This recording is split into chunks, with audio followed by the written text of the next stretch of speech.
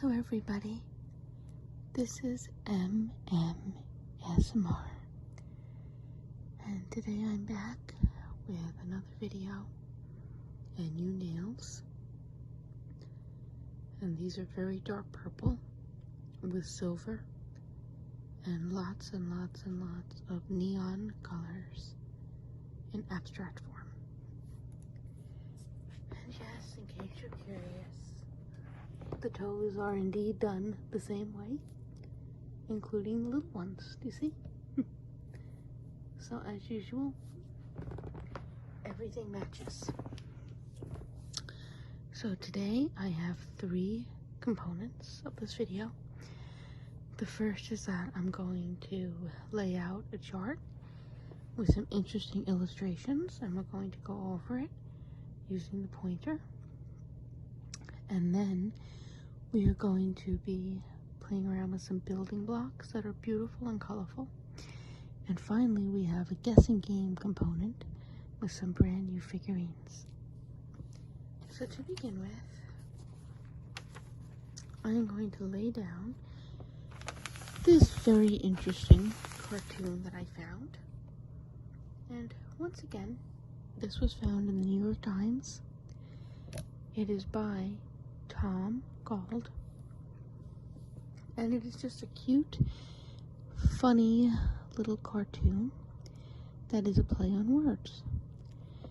So this is all about a robot. So attempts to create a robotic novelist. That is the theme here. So when we start out, we have this robot. Let me see if I can zoom in a little bit, make this clearer.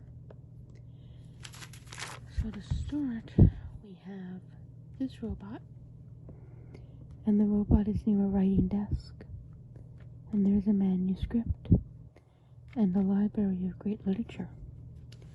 So what this means is that there is a robotic novelist, and he's planning to sit at this writing desk and come up with a brilliant manuscript that will end up in a library of great literature. That's the plan. So, how is this robot going to make this plan come to life? Well, in panel 1, or rather, I guess this is more or less showing some of the issues that he may come across. So now panel 1 shows too many robots. So here we have 1, 2, 3, 4 robots, and they're standing around a desk. Well, one is standing on top of a desk. And there's the typewriter, and in the background there's a library, and it looks like they're all having an argument over what they're going to write. And it's just like having too many chefs in the kitchen. It's just not working out because they just don't know what they're going to write, and they're all having a debate. In panel 2, another issue the robot could come across is the unnecessary rocket pack. So here is the robot, and he was sitting at his desk, and he was trying to get his manuscript done. And look, there's 1, 2, 3, 4, 5, 6 pages already. And he was working so diligently on it. But then he got an unnecessary rocket pack. And look, away it's taking him. He's flying away. His manuscript is flying everywhere. So much for that. In panel 3, the poor robot is experiencing writer's block. So there's the desk, there's a typewriter with a little piece of paper, and there's a library standing in the background. But it looks like there's no words on the paper, and there's the poor robot unconscious on the floor because he just can't think of a single thing. Very unfortunate. And then in panel 4 here, we have circuit overload. So now it looks like the robot had some success. So the bookshelf is just in here, and you have the desk, and you have the typewriter. But look at these little lines. We have 1, 2, 3 lines here, and that is supposed to indicate paper. So it looks like he is working on his manuscript. But unfortunately, it was all too much for him, and he experienced a circuit overload. And look at his poor little head. Just the springs are there's a spring and there's sparks, and his head's just come off. Look at that. As somebody who is currently working on a PhD, I completely understand this feeling. It happens frequently. So now, let's go down and take a look at panel 5. Too much coffee. Now, this is something else that I definitely understand.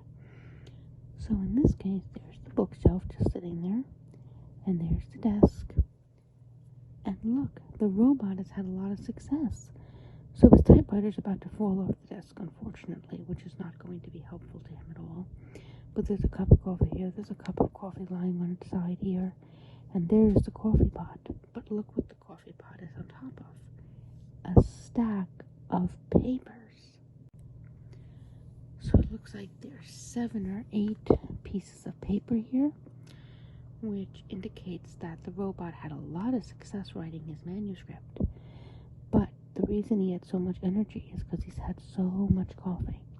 So the good side of this is that, yes, he got his paper written, or is getting his manuscript written, but the bad side of it is that he's so wired up on coffee that he's completely hyper, and he's standing on top of the desk. Look at that. I mean, he's basically partying. Look, he's got the coffee cup in his hand, and it looks like a little line here. It looks like it's a hot cup of coffee, and looks like there's liquid flying out of it because he's just dancing around on that desk. He's quivering around.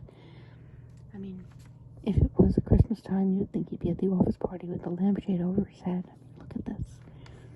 So yeah, so he had too much coffee that helped with the manuscript, but it looks like he's about to break the typewriter, and that could be an issue. So that is what's happening in panel 5. And then in panel 6, random text or experimental poetry. So there is the question. So here's the bookshelf again. And one thing to notice how the books from like here to here to here to here change around a little bit on the bookshelf. They change positions. So he's obviously digging into the bookshelf for inspiration. But anyway, he's now really writing, because look, he's got a lot of papers here, and he's got more papers up here, and he's got another piece of paper in the typewriter at the desk. And look, his little claw is reaching towards the typewriter as if he's still typing. But the question is, what is he creating? Is he writing experimental poetry, or just random text, like experimental type of stories? And there is the question. And as somebody who is a poet, primarily a free verse poet, I definitely relate to this. And then finally on panel 7, escaped robot. So look, we have the bookshelf, the table, the typewriter, but there's no paper in the typewriter, there's no stack of papers, and there's no robot, because he has escaped. The robot has escaped the office temporarily. Now here, in panel 8, and 8 happens to be my favorite number, in this we have the endless manuscript. And again, as somebody who's working on a PhD, who's starting to prepare for the actual dissertation, this hits home. So basically we have the robot here, and here's the desk, and here's the typewriter with a little piece of paper, and look at the bookshelf in the corner here. But look at all the stacks of manuscripts, and oh my goodness, all the stacks of paper. 1 stack, 2 stacks, 3 stacks, 4 stacks, 5 stacks, 6 stacks, 7 stacks, and even a little 8 stack up here. Look at that. So this robot is writing and writing and writing. Obviously the writer's block is no more, because he is just getting to it. But of course, endless manuscript. It's just going on and on and on. It's almost like Stephen King's It, which is a wonderful book, but very, very long. And he's just typing away, but he's so into it, he doesn't even care. And if you're a writer and you get into really writing something, it's almost like a form of magic. And this is actually a really good feeling. Now, turning things down a notch, he goes from this endless manuscript and being so productive to panel 9, no talent. So the poor robot is now starting to doubt himself. So there's the bookshelf, there's the table, there's the typewriter with his paper, and there's a little tiny stack of papers here represented by 2 lines. But here's the poor robot, and he looks rather downcast because it looks like he's doubting himself and doubting his ability to write. And this is something that does happen sometimes to writers. But I'm sure he'll find his groove again. He's obviously capable of doing it. And then panel 10, distracted by Twitter. Now, who hasn't been in this position at least once or twice in your life? You know, there's the bookshelf, the table, the typewriter with the paper in it, and the robot is supposed to be paying attention to his work. But no, instead he's on his phone and he's tweeting away. And I definitely understand this, although I get distracted by YouTube much more than Twitter. But yes, in fact tonight I should be working on a major paper, and instead I'm doing this. So this is my life right now. Ben, panel 11. All work and no play makes Jack a dull boy. So in this case, Jack is the robot, and anybody who's a fan of Stephen King like me will recognize this from the book The Shining and the movie, of course, too. So here is the robot, and here is his bookshelf and his table and his typewriter with the paper sitting innocently on the desk. And look, the robot has been kind of productive here, because look, there's a whole stack of papers. But unfortunately, it seems like the robot has just been driven completely and utterly mad by the process. I mean, look at him. He looks disheveled and looks scraped up and disheveled and a little bit dirty, and his antennas are kind of askew. And look, he's quivering with rage, and it almost looks like his panel here is like bent down into a look of anger. And he's holding an axe, and he's shaking the axe threateningly at the typewriter. So it looks like he is just about to go crazy on that typewriter and break into the typewriter the way that Jack from The Shining broke through the bathroom door with the axe. So, and that happens sometimes when you're writing. It can drive you a little crazy, especially when you're writing something that's more academic or journalistic rather than fiction. I definitely understand this. I think anybody that's ever had to do an assignment knows what this feels like. And then finally, panel 12, a masterpiece. So this is what makes it all worth it if you're a writer. You've got the bookshelf in the back here, the table, the typewriter with the paper, and then look, 1, 2, 3, 4, 5, 6 lines of manuscript. And then up here you have a spotlight that is cascading down over the desk and the completed manuscript. And there's 1, 2, 3 stars up in the sky here. And then here's the robot. And look at how happy he looks. He's standing upright and he's clean and he just looks like a delighted robot. And look, he's got a little exclamation coming out of his antenna as if he's all bright and happy. And he's holding what looks like a glass of champagne, and it's bubbly, and he's just staring adoringly at his masterpiece.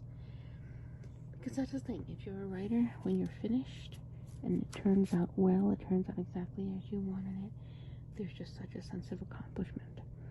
So it makes all of these things that you might go through completely, totally, and utterly worth it.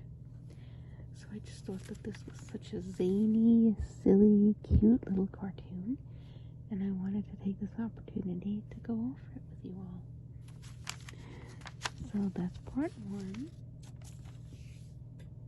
So now I want to show you something very, very interesting. As some of you may know, I do work in the toy industry. And I recently got in these really cool blocks to review. Now this is a toy that is intended for small children. I review toys for all different age ranges.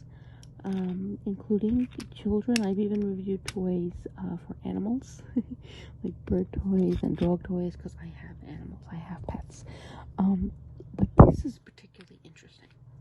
So this is a set of toys that are blocks.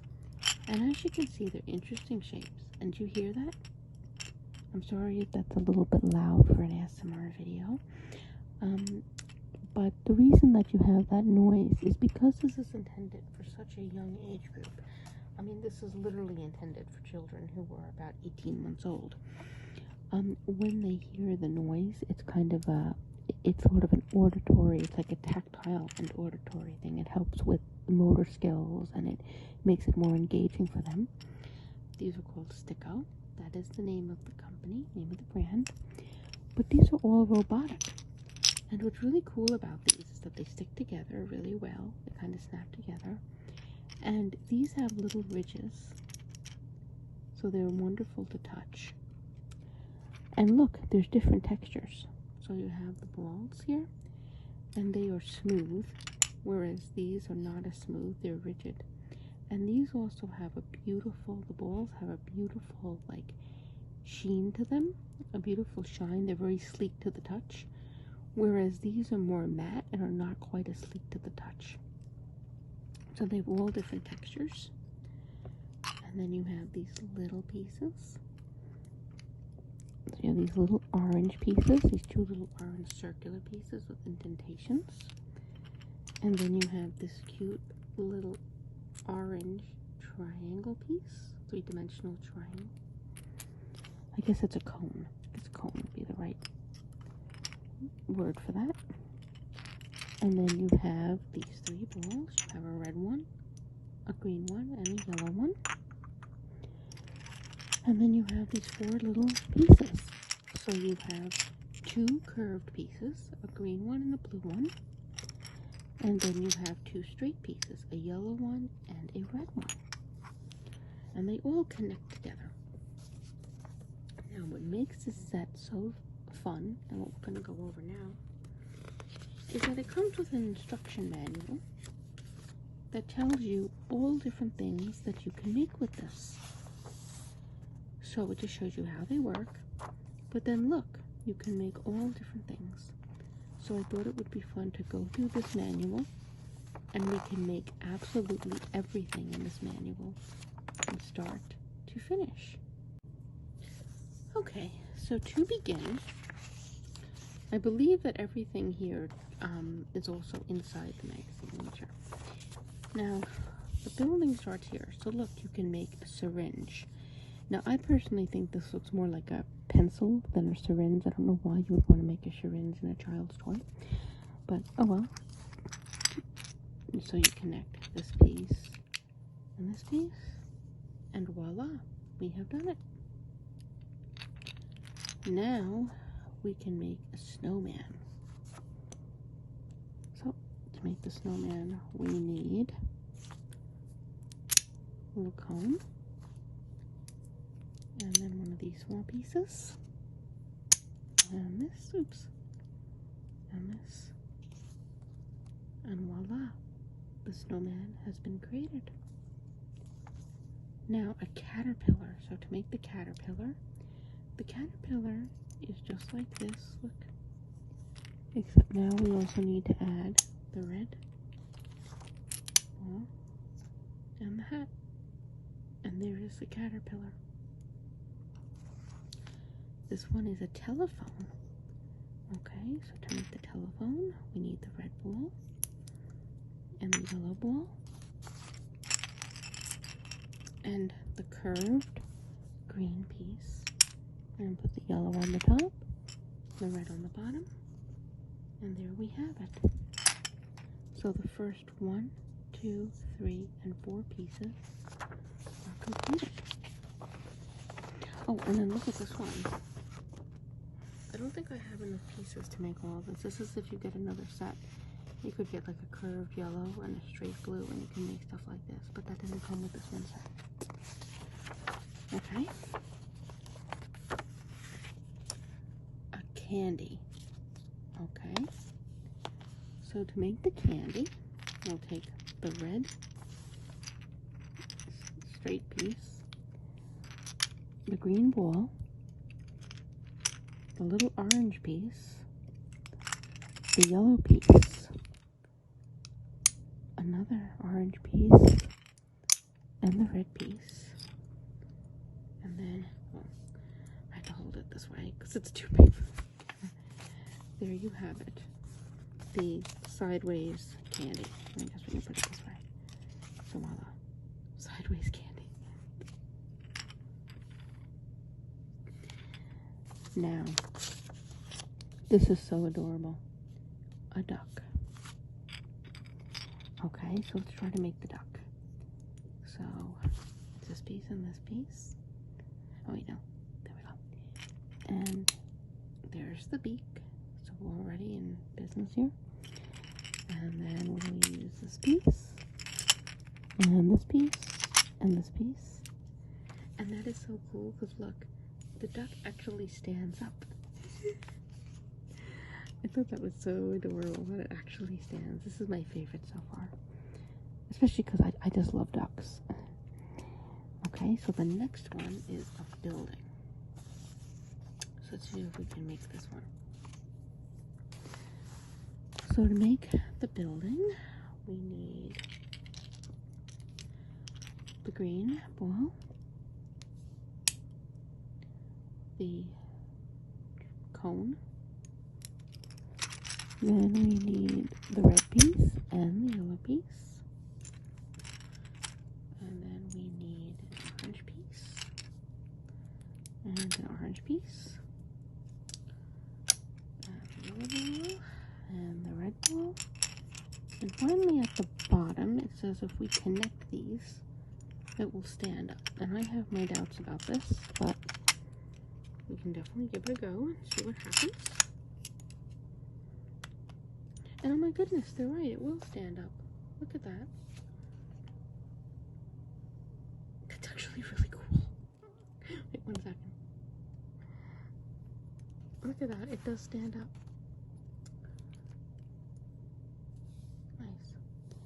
I know, it's very sad. I am a PhD student and I'm amused by a China story. But, hey, you're never too old to enjoy certain things. And I have to admit, it's really cool that they came up with all these concepts from these few little shapes. Now this one, a camel. Now I will say, this one is not going to stand up by itself. So we have to do this one, like, just laying it on the ground here. That's how we have to assemble this one. We put the cone on the blue piece. We put the green ball there. And there's the red stick for the leg. And then we'll get the orange piece here. Put the yellow ball up a little bit higher. Oops. That to make it look nice and smooth. Put another piece here. Another piece here, the leg, and the tail, and voila, the camel is complete. Okay, so next we're going to be making the dragonfly, and this is another one that's just going to need to lay on the ground. So the way you do the dragonfly is that we get the yellow ball and the green ball and the red ball to attach to the orange pieces, and then we get the yellow stick and the red stick, and then the green piece,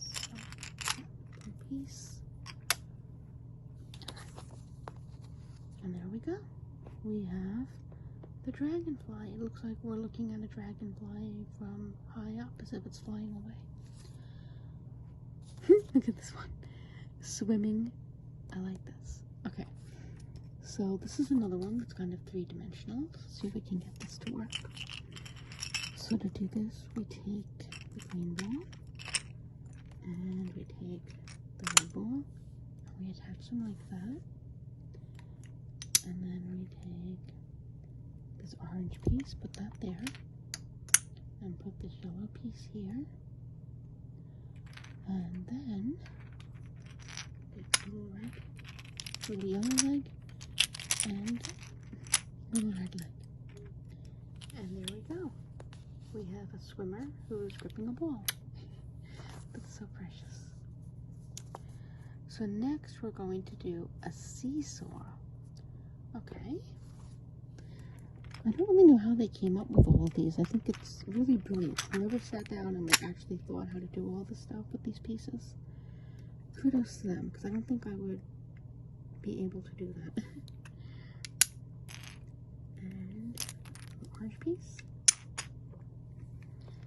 And then look, there is the seesaw. And can we just admire how beautiful and vibrant these shapes are? The yellow and the blue and the green and the red and the orange. So pretty. Oh, and you can make people. Okay. So we could use the green ball to be this person's head. And they're wearing a hat. They have a yellow body. And this person has a yellow head and a red body. Oops.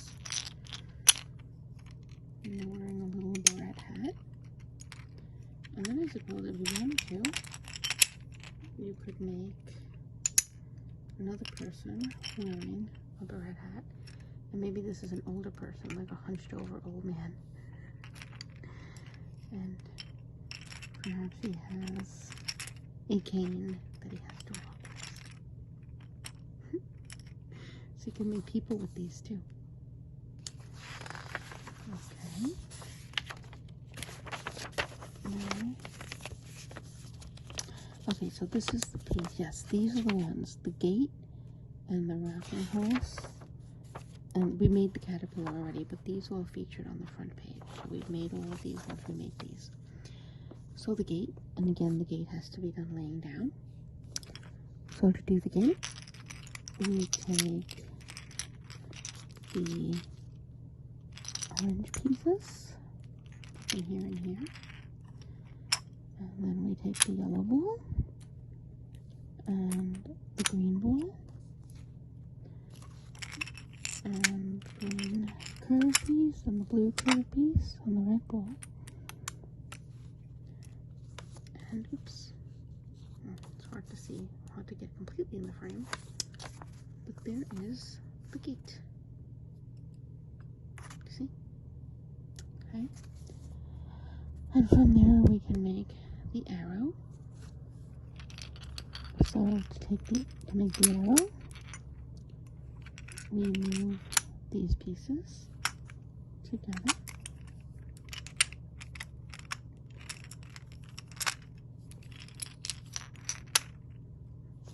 And there is the arrow.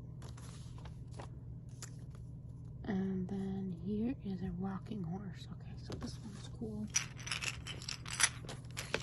It's up here so you can see what we're doing.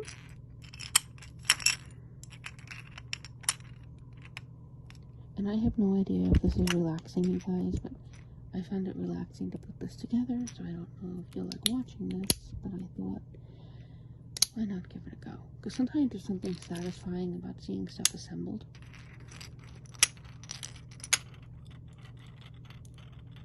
And so there is the rocking horse. Okay? And then a tower. Okay, how to make the tower. We disconnect these pieces, put them up here.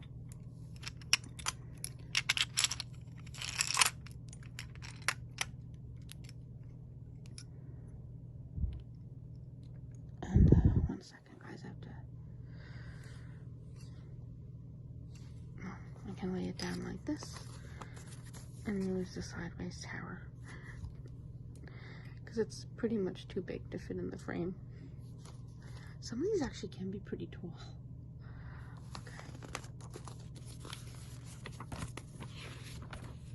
And then finally, we are going to make some faces. So there's a simpler way to make some faces with these pieces. So the first face, there's face one.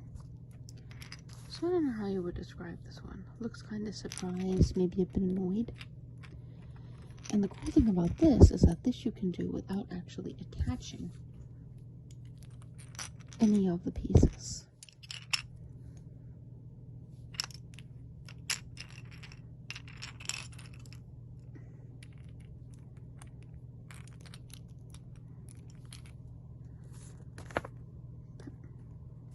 Actually, I should probably move this a little bit over. So there is face number 1. Now let's do face number 2.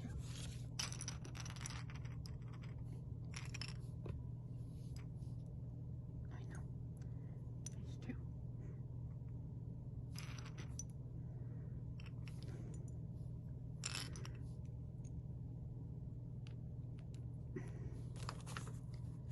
And there is, oops. I don't have as much room here as I would like. But there is face number 2. Now let's do face 3. This one's very simple.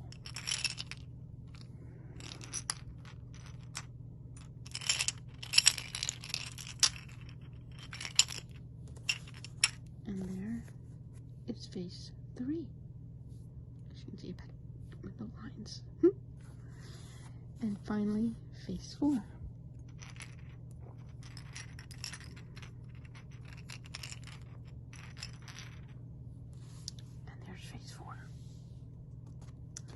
So this one looks shocked, maybe a little annoyed. This one looks actually more angry. This one looks just pure surprised, maybe a little bit scared. This one looks really happy. And this one looks just kind of like, are you kidding me? So that's it. I just thought that was really, really cute. So based on these pieces, so we have 1, 2, 3, 4, 5, 6, 7, 8, 9, 10 pieces in 1, 2, 3, 4, 5 different colors. And with that, you can make 1, 2, 3, 4, 5, 6, 7, 8, 9, 10, 11, 12, 13, 14, 15, 16, 17, 18, 19, 20 things. And that's not even including all the things you can make with your own imagination. And now I'm really kind of disappointed that I don't have the expansion set, because it looks like to make this I need 1, 2, 3, 4, 5, 6, 7, 8, 9, 10 pieces. So it looks like, and even though there are 10 pieces here, there's no orange pieces on this one. So it looks like to make this, I would need a blue ball, a blue straight stick, and a red curved. Oh, look, and they also make the yellow and the curved. Look at that. So to have a full set, I would need to have 1 blue ball, 1 blue straight stick, 1 green straight stick, 1 curved yellow, and 1 curved red. So that's it. Those are the pieces I'm missing. But yeah, but I just thought that they were cute and fun, and I hope that you guys enjoyed that. So now, let's move these aside, and I'm going to move on to the final portion of this video, and that also involves toys. So, I recently got in these adorable little goat figurines, and they're really, really cute. So as you can see here, we have 1, 2, 3, 4, 5, 6 goats. And they look the same. They are all white goats with brown feet or hooves, the hands on the feet, brown noses, brown eyebrows, brown horns, and if you turn them over, they have a cute little tail. Look at my tail. Little black eyes, And then they all have a different color belt on. And the belt will have a big G for goat on them. And as you can see, they're all different colors. So just to do a little eye test in this video, I am going to randomly point to each goat, and I want you to tell me what color they are wearing, okay? What color the belt is. Okay, let's begin. What color? Yellow. Purple, yep. Yes, green. Blue. Red, yes. And pink. And how many colors in total? 6, yes. So red, yellow, green, blue, purple, and pink. So not quite the colors of the rainbow because there's no orange. I don't know why they chose pink rather than orange, but I'm not complaining because I like pink as well. I like all colors. I'm an artist. So I want you to look at these and I want you to tell me which one do you like the best. You have a favorite color? Okay. Now think about, just take a look at them and just remember all the colors. And then I'm going to take the goats away. Now I'm going to ask you to close your eyes and think of which color goat do you think I'm going to present to you when you open your eyes, okay? So close your eyes, keep them closed, and think about the goats and try to envision what color goat will you see. So keep your eyes closed, keep them closed, and now open them. What color do you see? It's the blue goat. And was this the color you were expecting? It doesn't matter if you don't get the color right. As long as you can see the correct color when you open your eyes, there's nothing wrong with your vision. Okay? So close your eyes again. Keep them closed. Keep them closed. And now, open them. And what color goat do you see now? The red one. And what were you expecting? Okay. Now, close your eyes again. Keep them closed. Keep them closed. Now, open them. What color do you see? Yes, the green one. Alright. Was that what you thought it would be? And now close your eyes again. Keep them closed. Keep them closed. Open them. And what color do you see? The pink one, yes. And was that what you were expecting? Okay, so close your eyes again. Keep them closed. Keep them closed. Open them. What color do you see now? The yellow one, yes, very good. And was that what you were expecting? Okay. Well, now, if you were paying attention, what color haven't we seen yet? Think about that. Close your eyes and think about what color we haven't seen yet. Now just close your eyes. Keep them closed. Keep them closed. Try to concentrate on the color. And now, open them. And what color do you see? Yes, purple. Was that the one you were expecting? The final goat. So we have yellow and purple and blue and pink and red and green. And there's the entire family of goats, all herded together and accounted for. Nice and safe. So that is it. Thank you very much for watching this video. I hope it relaxed you. I hope you are having a good evening. And please check back to my channel soon for more videos.